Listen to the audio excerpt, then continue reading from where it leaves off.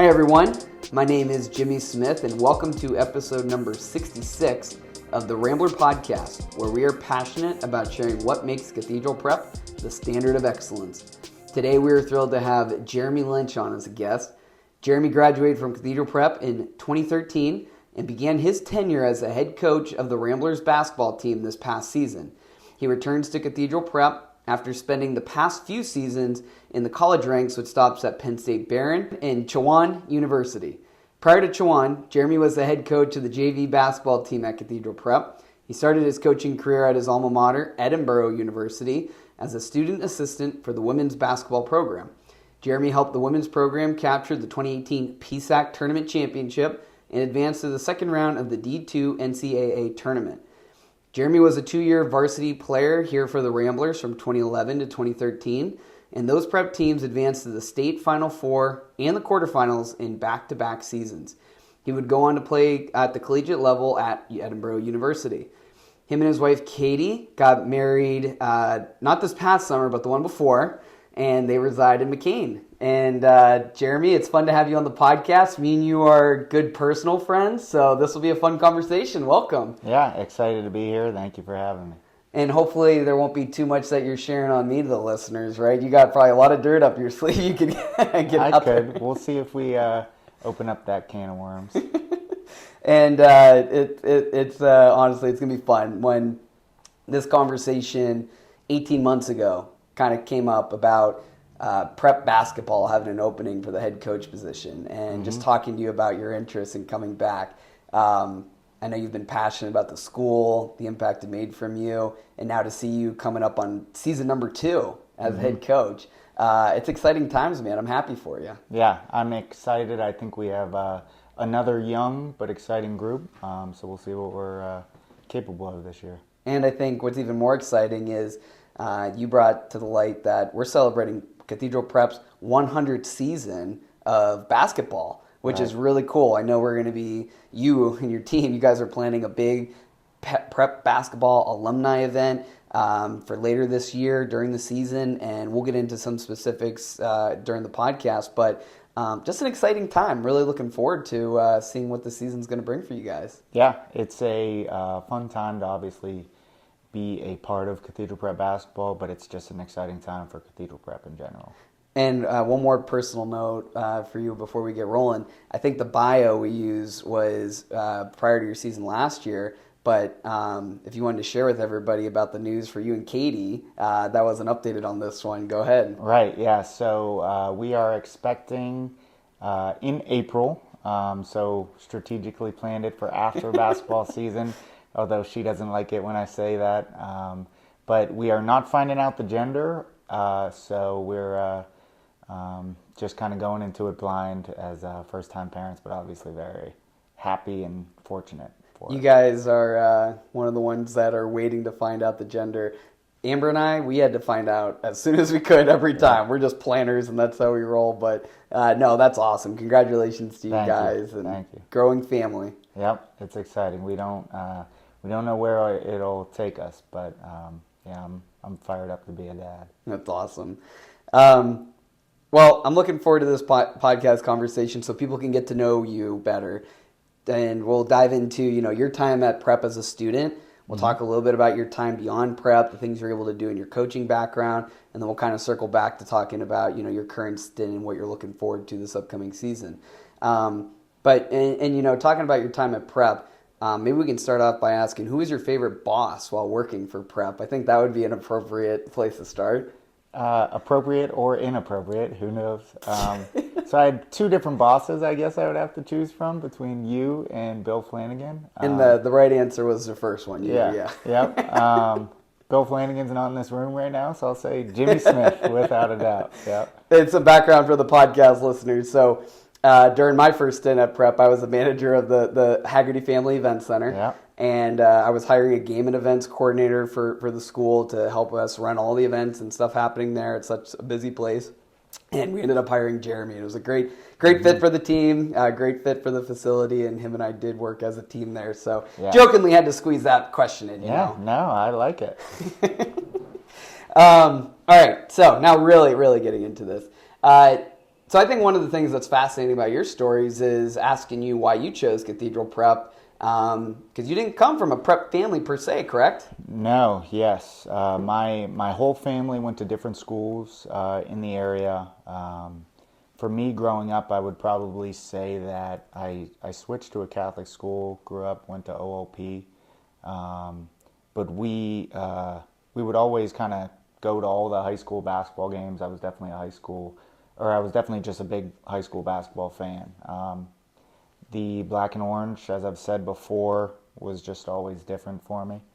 What people don't know is that at a young age, back when Andy Sassini was the head coach at Cathedral Prep, I would sit on the bench during those games, just at the end of the bench. I mean, I thought nothing of it. I thought this is just like what everybody gets to do. But I always considered myself as a part of the team growing up.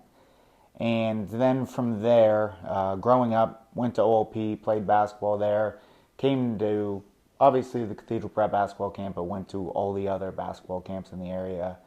And I just kind of deciphered it down to who I wanted to play for. I knew that I wanted to go somewhere that I could compete and play basketball, and then hopefully go in college and play too.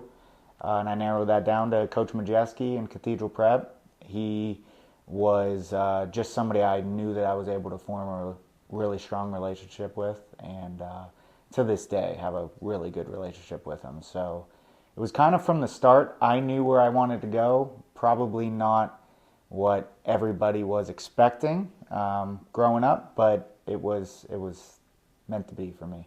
Because your older siblings didn't go to Prepperville, right? They went to somewhere else. At that school in West 38th Street, right? They did, yes, that's correct. Yep. So, yeah, I mean, that's definitely, breaking the family mold there, right? Going somewhere different, a rival from out there. But it's also cool to hear about that relationship that you even saw early on at a young age that you could form with Coach Mark. Right, yes. To this day, he is, more even than a coach, right? He's just a good friend of mine. Yeah. And, Coach Mark was here for, how many seasons did he coach here? I believe 11. 11 total years. Might have been 12, but, he is a Cathedral Prep basketball legend. And the amount, yeah, absolutely. And the amount of the kids he's had come through his program and the level of play he had to compete at, it's just kudos to Coach Majewski and all he did with the program. And it's probably nice, too, to have somebody in your corner that you can call for advice from time to time or just kind of bounce ideas off of, somebody who's kind of been there, done that in a sense, right? Without a doubt.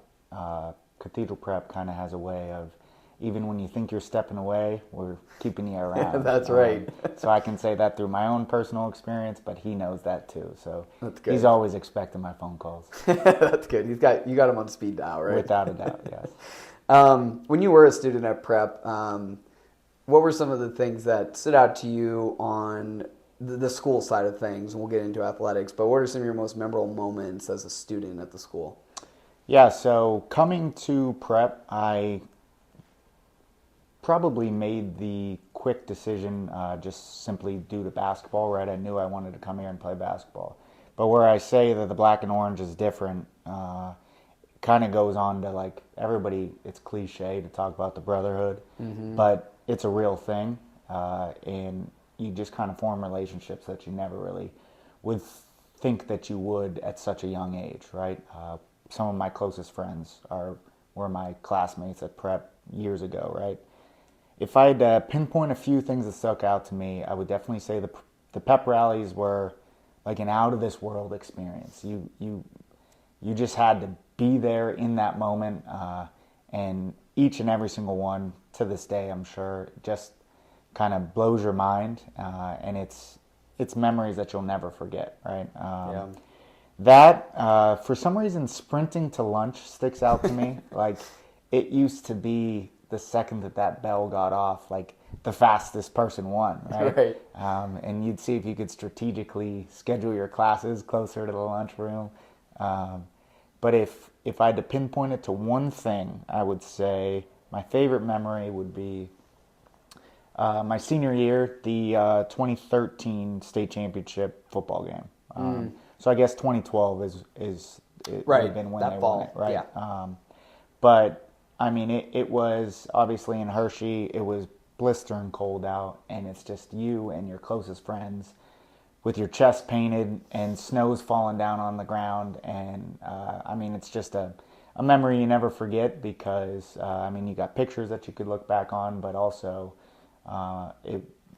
now, especially as a coach, you see like how difficult it is to get to a game like that, right? And where we're just like there supporting our boys. Yeah. And so that was something I'll never forget. Storming that field probably when we weren't supposed to was so much fun. Yeah. Apologies to Mr. Flynn again, right? Yep. We've got past that. Right. He got you the job, right? So Right. Exactly. Yep. Yeah, the sprint to lunch, for anybody who's listening that's not an alum, the joke was, I mean, but reality, we only had like 25 minutes, 28 minutes to eat lunch, and it was located on the whole other side of the building. In the basement of the cathedral was the old cafeteria, which students now who might be listening to this, they have no idea, right? They have no idea because the way our cafeteria is set up now. Right. But yeah, you'd have to try to get there as fast as you could so you don't have to wait in line forever to eat. You had a little bit of time to sit down and chill for a minute with your buddies. Yes. And then you had to get back on the other side of the building to go over your next class. So, got your steps in, that's for sure. That's right, yeah. But yeah, so many good memories and times as a student at the school, and obviously the state championship game for that season, I'm sure was a special one. And that was pretty neat too, because it had been quite a while since the football program won its first one. Right. So I'm sure there was a lot of buzz and excitement in the school at that time as well, which was probably pretty cool to be a part of. Yeah, it was a really exciting, really junior and senior class that year. Senior class led by like Damian Terry, Delton Williams. Those guys were obviously Michigan State Spartans, but they were Ramblers first. That's right. Yeah. Very cool. And, you guys on the court, you guys had some great teams that you were a part of, some amazing players, and I'm sure some awesome experiences on that side of things too. When you kind of look back and reflect on your time as a player for the Rambler basketball team, I guess, what was that like putting the jersey on for the first time after all those years of being on the bench and stuff? And then what are some of the memories that really stick out to you from those years? So I probably wouldn't be sitting here today if I couldn't go on for days about Cathedral Prep basketball, right? Yeah. Some of the main things that stick out for me would be freshman year when we played St. Ed's here in the memorable prep gym, right? Yeah. It was like just such a tough game. I mean, we won it the very last second, and I remember going into our locker room, which was just a classroom here, and Coach Colpoys comes running in, and he's just like, "How about those Ramblers?" And I mean, we all just celebrated. And I mean, that the first year, I mean, a game like that and a reaction like that from your coach, you're just hooked for life, right? Yeah. But from there, I would say that if I had to go like year by year, I would probably say moving forward to my junior year, we went down to a Florida trip, and I had a lot of family stuff happen when I was at prep, and then obviously after prep too. Yeah. My uncle had an accident. He was paralyzed from the neck down. He was actually a Cathedral Prep grad, David Lynch. So we went down there, and he was in the hospital. He was in the ICU, and going on what's supposed to be this big fun trip for Cathedral Prep basketball, and we have a little dark spot over it, right, for my family and I. But another reason Coach Majeski always sticks out to me is when it happened, we got down to Florida, and he got everybody together, and we said a real long prayer for my uncle, and it was awesome, right? So it turns out that game, we play the very next day, and we were what we thought a very talented team in a really close game against Letcher County. And comes down to the final seconds. We get a shot blocked. Chris Francis saves it to half court, and I pick it up and throw up an absolute prayer, and it goes in. And definitely one of the best shots of my life, right? But it was just the significance of it, of like my family chose to come down to Disney to see the game rather than we didn't know what was going to happen with my uncle at the time, right? And that was kind of God just saying like, hey, everything's going to be okay till at least you get home. So, yeah. So that was just an incredible experience for my family and I, and obviously the team. And then my senior year, so I got hurt really early on at East. So I missed a lot of my senior year. And I came back. First game back was actually the D10 championship against McDowell. Oh, and we were losing. And Coach Majeski subbed me into the game. First time on the court in months, right? Yeah. Ended up having my best game as a Rambler. And obviously we came back and won. D10 champions, so I mean there was significance each and every year. It sounds like Coach Majeski, just beyond the court, even his character and doing things like you were mentioning the prayer, with the team about your family. Right. He cared about his team more than just X's and O's on the court. It was the person. Right? For sure, I can't say enough. I mean, going through wedding planning and everything like that, like. Not everybody makes the cut. He definitely made the cut, and we were obviously very happy to have him there. So, to this day, I mean, if he's listening, I owe him lunch. There you go. Yeah. Maybe multiple lunches. Yeah, I try, and then he sneaks away to go to the bathroom and pays for it. So. But it's just the kind of guy he is. Yeah, and it's awesome to hear about your victories on the court too. When you're saying Coach Colpoy is running the room, how about those Ramblers? I'm getting chills because I've had similar experiences right on baseball and whatnot, where you just takes you back to those moments as a kid, right, and as a high school student, and just being fired up about the sport you're playing and just those memories from those days. Yep, and you know him obviously through family, but he's a pretty intense dude, so that just sends chills down your spine. Yeah, shout out to Connor Colpoys, by the way, if he's listening to this too, because I'm sure he'll pick this one up. There you go, yeah. I think it'd be pretty cool to ask, in your lens, looking back on your experience as a Rambler, from experiences of Final Four, quarterfinals, you being a coach now, do those things stick with you now through the lens of a coach of the school you went to, those experiences and those memories? And if so, how do they kind of apply to what you're doing today? Yeah, so as a player, we knew going into it, and maybe it comes off a little arrogant, but we knew that we could compete. We didn't know how far we could go, but we had a really talented team. And so we knew that we could kind of go into the state playoffs and do some damage. We didn't know where it could take us. But we were just such a close group. So, for example, Sheldon Zablotny is on my staff with me right now. He's one of the best prep players of all time, second all-time leading scorer. We had him leading the charge, but we had a lot of talent around him too, right? So we knew that we would have a chance. We definitely didn't accomplish the main goal that we wanted to, but it was kind of the process that makes that journey worth it, right? It's not necessarily always the end goal. It's something that I can look back on and say, we were so close. We've been down this road before. But as a coach, if I'm being completely honest with you, if I've come to understand one thing in my 1 year of experience as the head coach, right? But in all my years of coaching, it's not easy. It's not easy to duplicate at all. So many things have to go right in order for you to go on a run, right? You have to be healthy. You have to have the talent.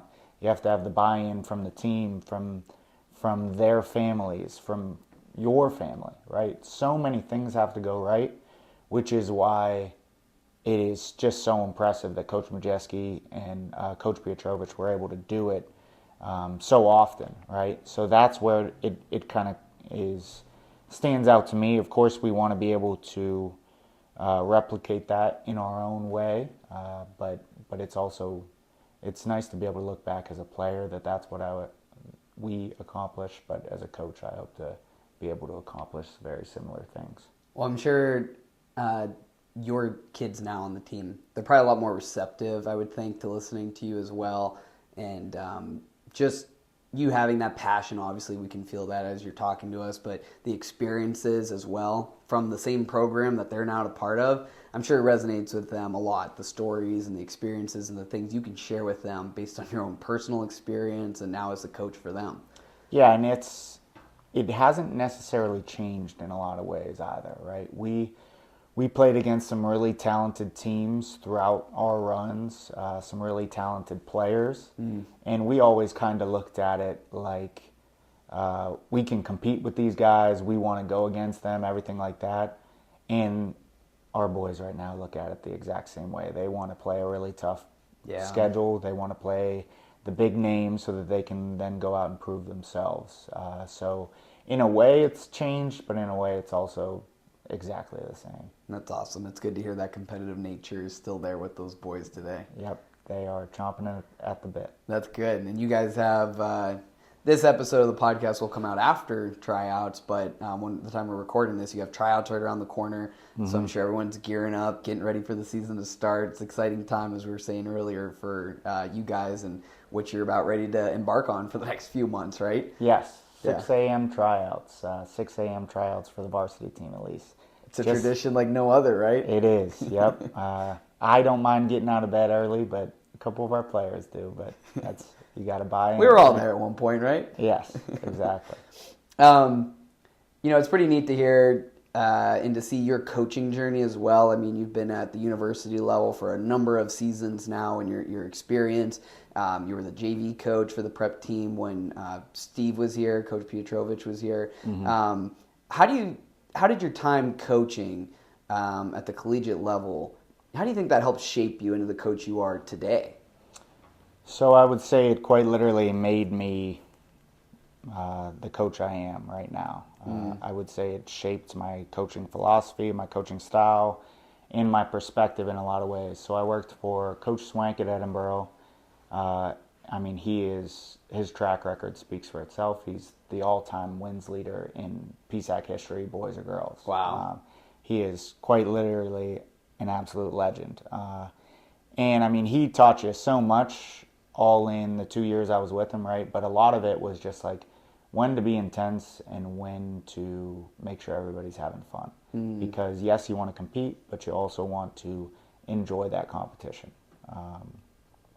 So I took a lot away from him. And then moving on, I worked for Coach Burke at Chowan University. He is quite literally the most electric man you will ever meet in your life. To this day, his energy is just second to none. He can definitely teach you a lot about the X's and O's of basketball, but really the passions of coaches, right? He has an incredible story. He was the interim head coach at UNCW, where my brother coached back in the day.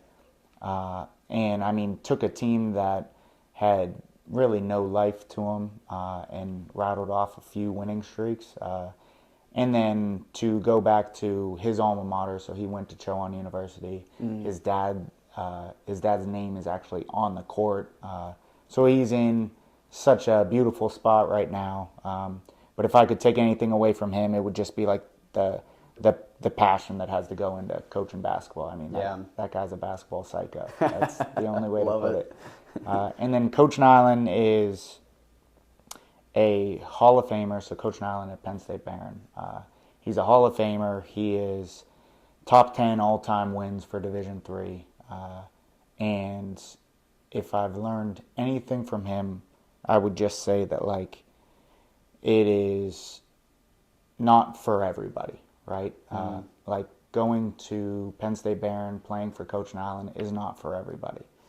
He is intense, but he is a genius when it comes to X's and O's and when it comes to basketball. And he's just kind of been, in a way, like a father figure, but also in a way a mentor to me. I can call him any second of any day, just like any of these other guys. But Coach Nyland really took me under his wing and helped me out a lot last year and this past summer too. So there's been each stop has had its significant impact on me. Yeah, as I've gotten to have good conversations with other coaches here who have been at other places, so it's kind of rare for a coach to stay at a school for a long period of time. It seems like as you're working your way up the ranks, you're hopping from school to school over a number of seasons, right? Correct. Yeah, every 4 to 5 years. My wife Katie calls it a gypsy lifestyle.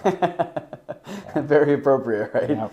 And it's great though to hear about the respect you have for the places you were at, because I'm sure some coaches don't become as fortunate to be landed with a coach who you can see as a mentor. You can call at any time after you're gone with them. I'm sure there's some coaches who they get stuck in a situation for a season or two because they have nowhere else to go after that yet, and don't have that same experience. So it is great to hear about the things you got from those programs during those times, the relationships you have with those coaches today, and how you said it ultimately made you to be kind of who the coach is that you are today. Definitely. I am forever indebted to all three of them for sure. And I'd be remiss if I didn't mention my brother as well. He is, obviously, he's family, right? But he is my biggest mentor when it comes to basketball as well. Again, any time of any day I can call him, and if I need to talk about anything with the family or if I need to talk about X's and O's, I mean, he's right there. And he, in his first year as a head coach, took a team that didn't have a team the year before to the national tournament. Amazing. So he never misses an opportunity to explain to me that he's got a ring on his finger and I don't. Not yet. Yes. That's right. Yeah. That's awesome, though. Yeah, your family, by the way, are great. We love how tight-knit you guys are, and that support system, right? So important. I mean, it's fun to see your sister Lindsay and your mom at the events with the team and helping out with stuff. I mean, it's a family affair when you get Jeremy Lynch as the head coach, right? Without a doubt. Whether you like it or not, they're going to be behind the bench coaching and cheering as loud as they can. Yep. That is so much fun.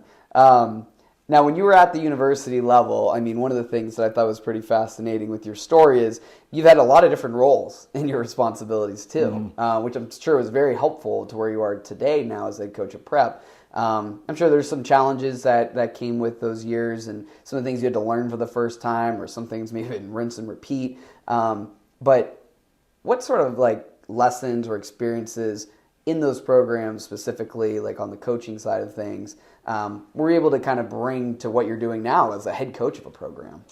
So I was hoping I was going to get to talk about this because not a lot of people know the story behind where we started last year versus where we ended last year. But I've been in that exact situation before. So as I mentioned, Coach Rob Burke at Chowan University, he was the interim head coach at UNCW.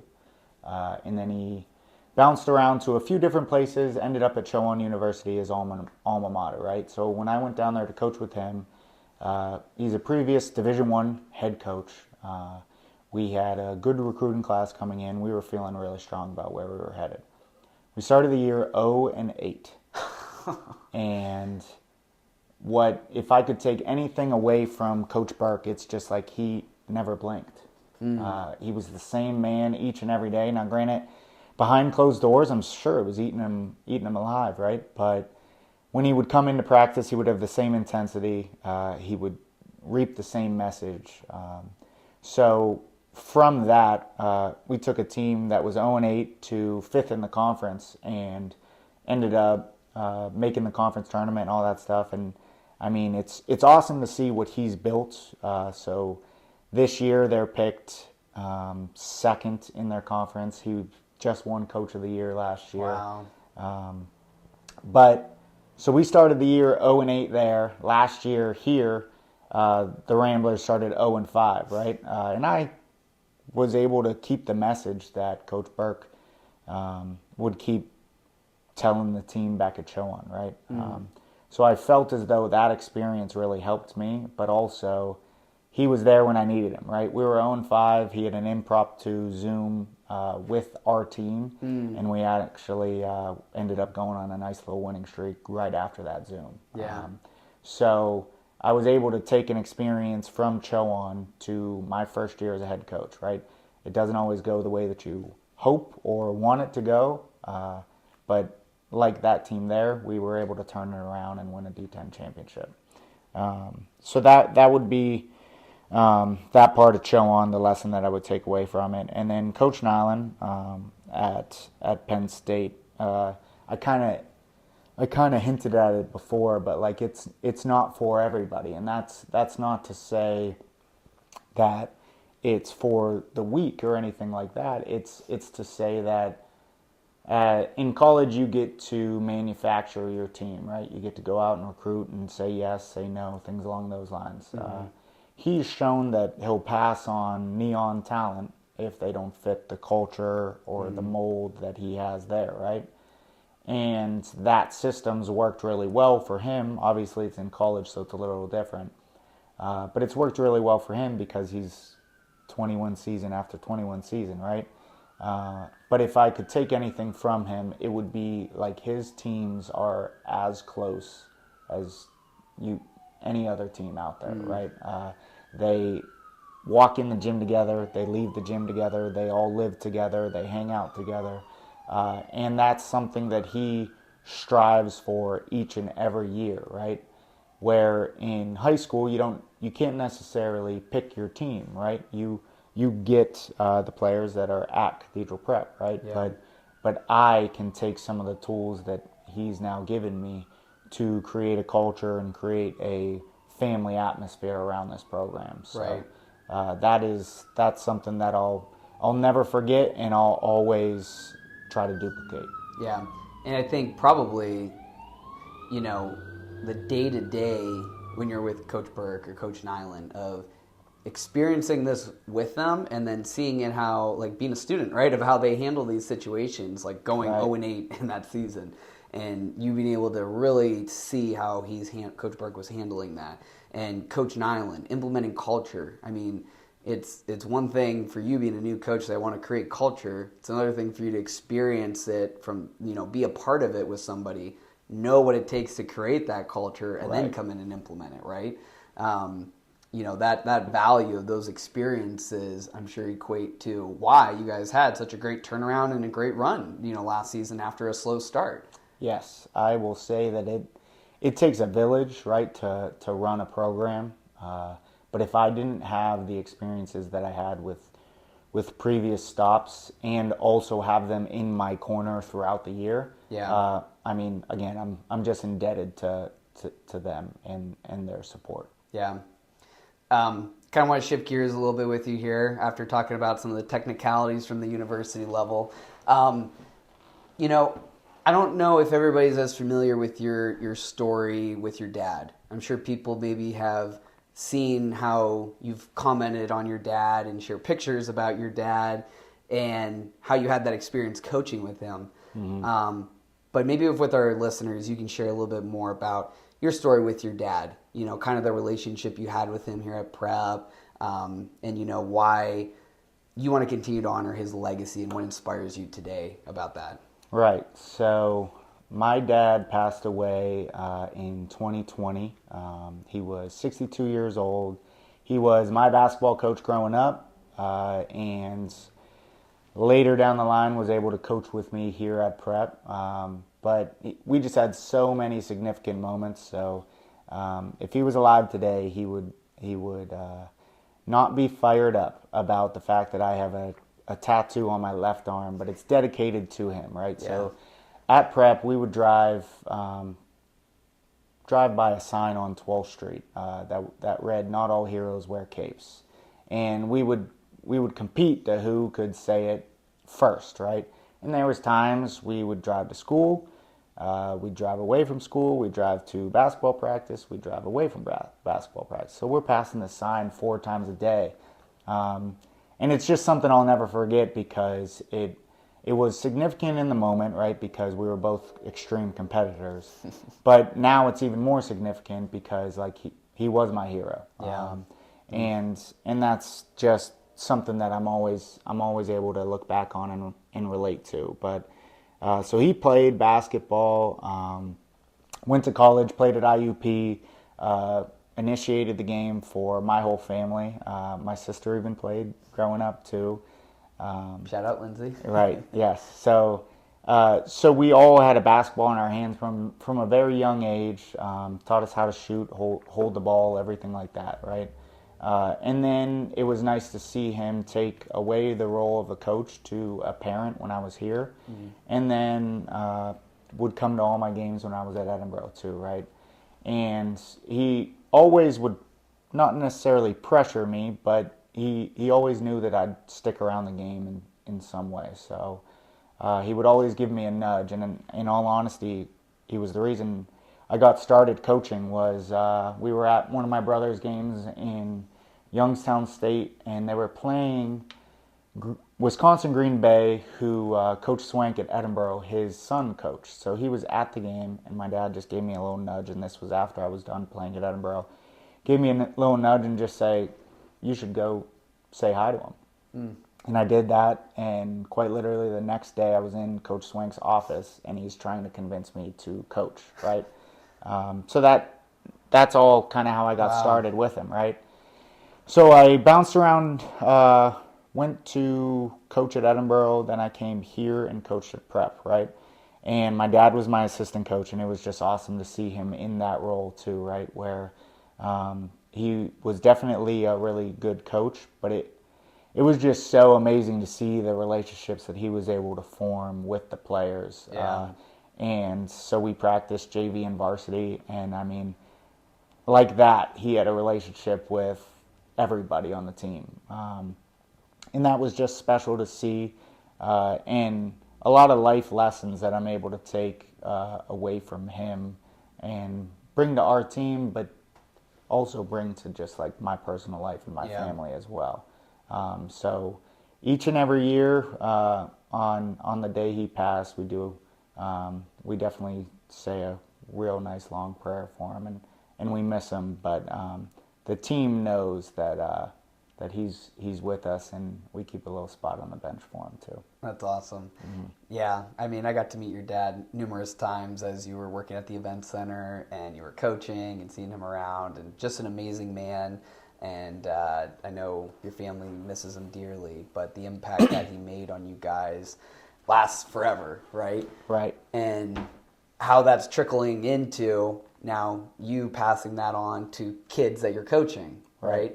And honoring his legacy and what he stood for, and now basketball being that tie, right, with him. Without a doubt. Yes.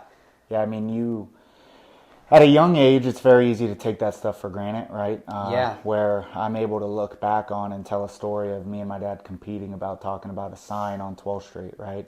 But there's lots of things that I try to commemorate him with, right? So we did a free father-son camp this year, where it was an idea I took from John Calipari at Kentucky at the time. Now he's at Arkansas, but an idea I always thought could be really effective around here, but obviously dedicated to my dad, right? Where he taught me how to dribble, how to shoot, everything like that. Where the camp kind of was dedicated to the father out there that didn't grow up playing basketball, but their son might be interested, right? Exactly. I'm pointing to myself, yeah. Right. So that way dad can go home and teach his son the certain things that my dad was able to teach me. And obviously it's a good cause, but it's also something that I think can help affect the community and grow basketball in the area too. So we do that, and then, I mean, every year the guys kind of hear me talk about my dad and dedicate certain things to him, but I also try to get them to understand that family is something that will never, like you're never going to be able to duplicate, right? So I have my mom, I have my brother, and I have my sister. We're not a very big family. I hope that Katie and I are able to extend the Lynch name out there, right? Yeah. But so we're not a very big family, so I don't take any second that I get with them for granted, right? So I love having them at the games, but I also make sure that our team recognizes that if you got a dad to go hug after the game, make sure you go do that. Same thing obviously goes for mom and brother and sister or anything like that, but nothing will ever come before family in my eyes, and including the team. So yeah. Well, and those values are so important, right? I think when you're between those ages of 14 to 18, sometimes you get lost, and all that matters is your academic performance or your athletic performance, and you kind of don't you're just young, right? You don't realize how important family is. So to have a voice like yours, right, who they look up to, you're the coach, they respect you, and to not just always hit them with what they're doing right or wrong with basketball, but let's talk about life. Let's talk about some of the things that really matter, and that you're a living example of that too by the things you do to honor your dad, doing the father-son camp, all the different things like that, which I was super excited to bring my boys to, by the way. That was a lot of fun. It was a great turnout, good crowd, a lot of excitement. I know knew a lot of the dads, and they were excited to have their kids there for a camp. And me being able to have Braden and Carter there was so cool. They were so excited about it. They still talk to me about it, how we did that, and just a special memory that was made. Yeah, I am excited to continue it on, hopefully be able to build it up more and more and make it an annual thing. Yeah. And, I mean, it was a good turnout and obviously a good cause, but it was also a lot of fun to put on. Absolutely. Mm-hmm. So looking forward to this season now, Jeremy. Season number 2, right? You got 1 year under your belt. Yes. You don't have to worry about the pressures of interviewing for the job leading up to preparing for a season. You're the man. Can you kind of walk us through a little bit what the process has been like for you? I guess your experience over these last 12 to 18 months, right? From going through that interview process, having your first season at the coach as a coach, and then having the off season to really now, I mean, for your first off season to really prepare for your up season ahead. Can you talk to us a little about that process and what you're excited about? Yeah, so I was on the golf course when I heard about the job opening. And Jimmy's asking this question even though he knows exactly what I did as soon as I saw the news break. I called Bill Flanagan, and we had a good conversation, walked me through what it could look like, and then I called Jimmy to see how I can get my name in there and any information he might have on the timeline of anything, right? So that happened. I went through the interview process. I mean, it was with some absolute legendary prep names, right? And it was a lot of fun. It was the first time I got to meet Kevin Smith too, so that was awesome. So went through the interview process and heard that I was the guy and had our press conference on a Tuesday and our first open gym on a Wednesday, right? So we quite literally hit the ground running. So from there, I mean, it was a whirlwind to start, and I would not have been able to do it without my wife, Katie, right? She was just able to understand that I'm going from an assistant coach for Coach Nyland to a head coach, right? So it's on me to create the schedule, implement new rules, but also go through inventory of everything that we have. So her and my mom, quite literally, like I say, I try to create a family atmosphere. That's quite literally exactly what it is, right? So they helped out so much to start the year, and obviously understanding that I'm not going to be around as much as I might have been even a week prior. Sure. Right? So we went through the interview process, and I had a personal relationship with a few families and a few guys on the team, but I mean, talk about what a difficult opportunity it is for a returning player to have a brand new head coach that they might not know going into a season that's going to start in a month. Right? So that's a lot. And I mean, the very first thing I said to the team was like, this is different and it's okay to acknowledge that, right? Yeah. Relationships are built over time. Trust is built over time. Rapport is built over time. It was very easy for me to have that vision going into it, but I mean, as a teenager, it just had to be so difficult, right? I was lucky enough to have the same head coach my first 2 years, and then the same head coach my next 2 years when I played here at Prep, right? Yeah. That I don't take that for granted, and of course I have relationships with those two coaches to this day, right? But so we hit the ground running. Didn't get off to the start that we wanted to, but we also knew, like anything, it was going to be difficult to get started, right? They had to understand the level that I wanted to be at, and I had to understand their tendencies and everything along those lines too, right? But it just kind of speaks to the team that we had at the time, right? We started the season 0-5. We got it to 3-5, so we took one step forward, and then we took another step back. We were 3-8, right? And so it was like one step here, one step there. But the team, quite literally, even if they were like backed into a corner, you couldn't tell them that they were in a corner, right? So we go from 3-8 to finishing 15-11 as District 10 champs, and it was just so exciting to see the boys kind of come together towards the end of the year, but also enjoy the process and enjoy the journey in the middle of the year. And if I learned anything, that's the prize of it all, right? If I could go back and change a thing about that team, I probably wouldn't, right? Because we got to see those boys grow up in those jerseys and really take a step that maybe when we were sitting at 0-5, they might have not thought that they were capable of, right? Right. But it was just it was fun to obviously be a coach, but also be a fan of Cathedral Prep basketball and see what that team was capable of. So 3-8 to 15-11. Yes. That's significant. Yep. Talk about a turnaround. Yeah. Those boys, kudos to you guys and the team for that type of season. Right? Yeah, and I have an incredible coaching staff and an incredible just like support system around me, right?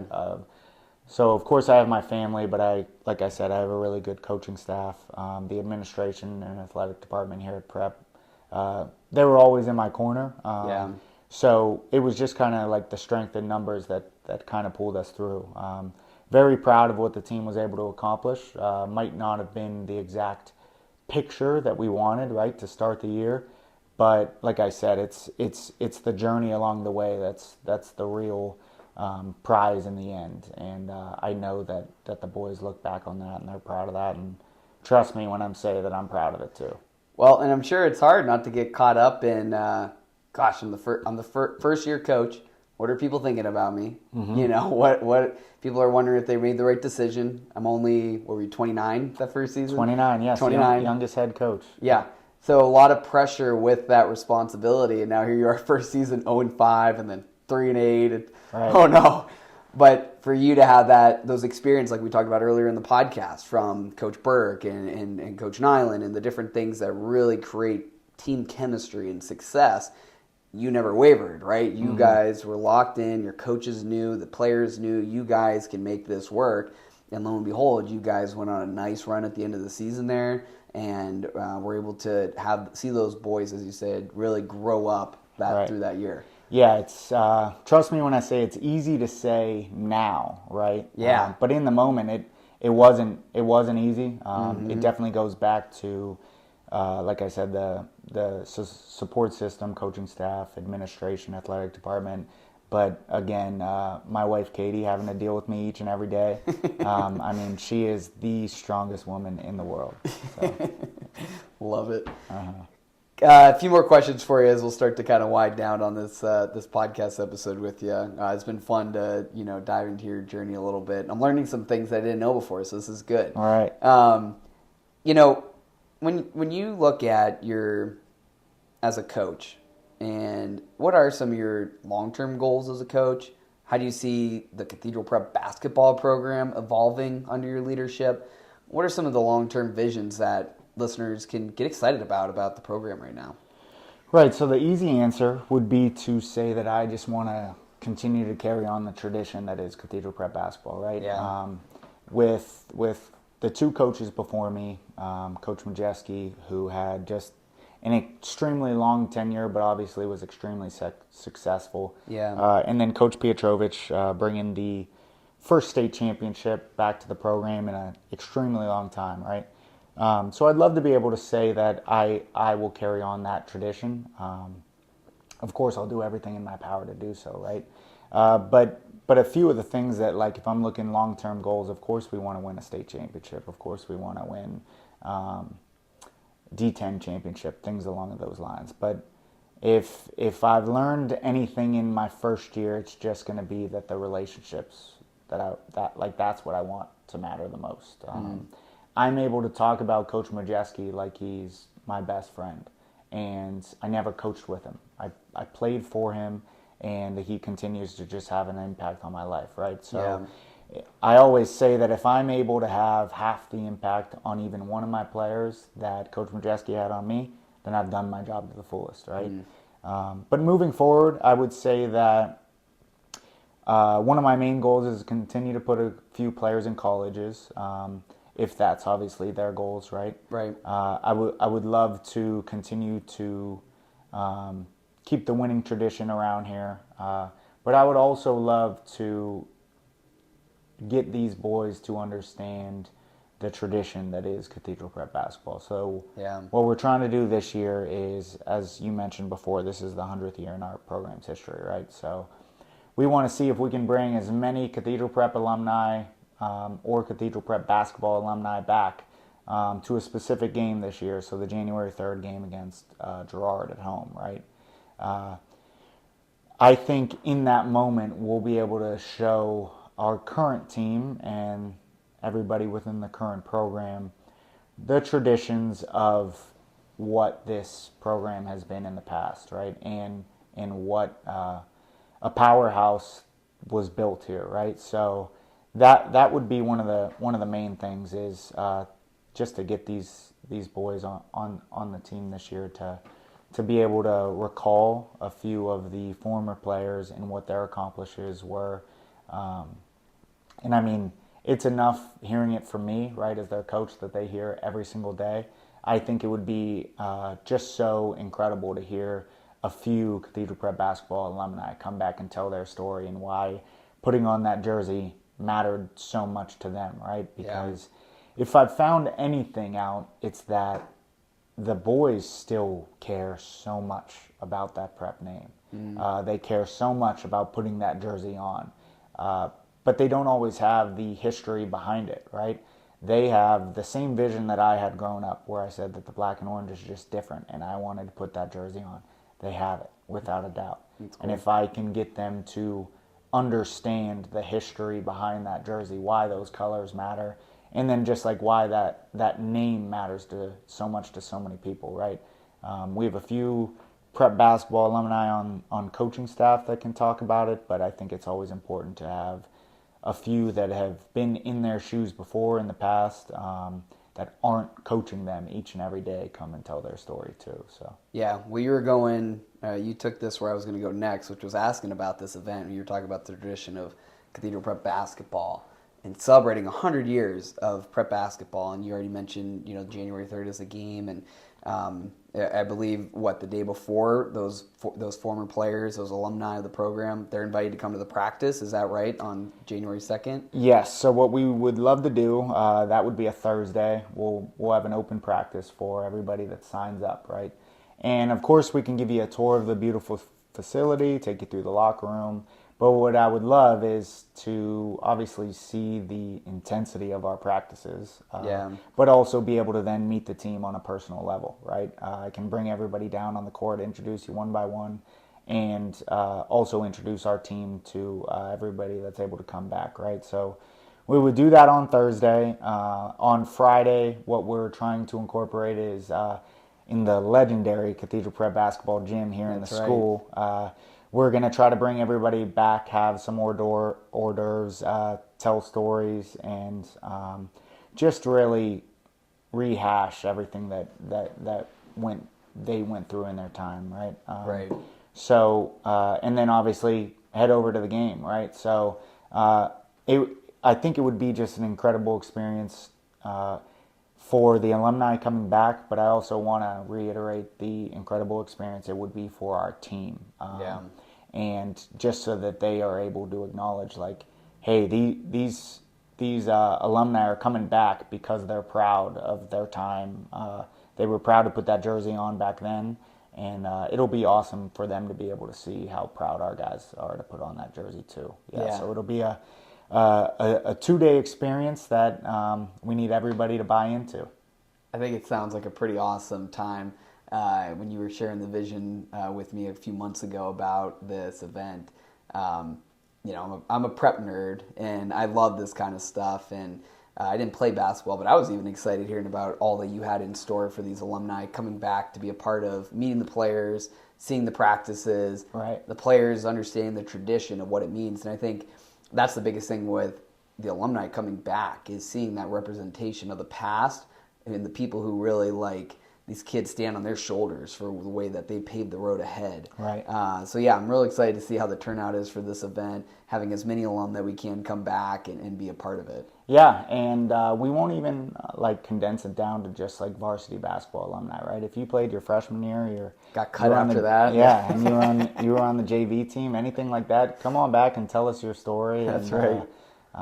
So we won't. It'll be an open door policy for sure. What if you're like me and you only played 8th grade basketball? Does that count? I would say even if you're a fan of Cathedral Prep basketball, come on by. Come on by. Yep. Well responded. Yeah. Yes. There.